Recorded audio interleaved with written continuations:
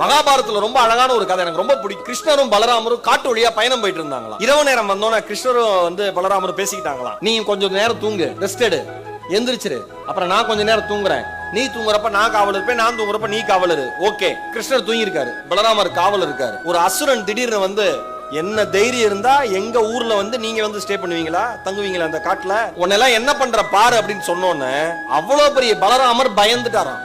சாதாரண மனுஷ உருவத்துல இருந்த அசுரன் பெருசானானா. மறுபடியும் கொஞ்ச நேரம் கழிச்சு இன்னும் நீங்க காட்ட விட்டு கிளம்பலையா அப்படின்னு இன்னும் பயந்தோன்னு இன்னும் பெருசானானா. மூணாவது முறை டேய் இன்னுமா நீங்க 2 பேரும் இங்க இருக்கீங்கன்னு கிருஷ்ணா அப்படின்னு கத்திட்டு மயக்கம் போட்டு விழுந்துட்டார். கிருஷ்ணான்னு கத்திட்டு மயக்கம் போட்டு விழுந்துட்டாராம். கிருஷ்ணருக்கு என்ன தோணுச்சா, ரொம்ப நேரம் தூங்கிட்டோம் போல இருக்கு, நம்ம டேர்ன் தாண்டி போச்சு போல இருக்கு, கத்தி விட்டு அவன் படுத்து விட்டான்ட்டு அவர் எந்திரிச்சு உட்கார்ந்து இருந்தாராம். அதே அசுரன் பெருசா வந்தானா. எங்க ஏரியால உங்களுக்கு என்னடா வேலை அப்படின்னு கேட்டவன கிருஷ்ணர் அழட்டிக்காம சொன்னாராம், யாரு நீ, அவ்வளவுதான் சின்னதாயிட்டானா. மறுபடியும் கொஞ்ச நேரம் கழிச்சு நீ என்ன போலையானோன்னு, நான் ஏன்டா போனோன்னு மறுபடியும் சின்னதாயிட்டானா. மறுபடியும் என்னையே மிரட்டுறியானோன்னு, நீ எல்லாம் எனக்கு ஒரு ஆளா அப்படின்னு ஒரு சின்ன பொம்மை மாதிரி ஆயிட்டானா. அவன் எடுத்து பாக்கெட்ல போட்டுக்கிட்டாராம். காலையில எந்திரிச்சு பலராமர்ட்ட சொன்னாராம், நைட் ஒருத்தன் கத்திக்கிட்டே இருந்தான் அப்படின்னு.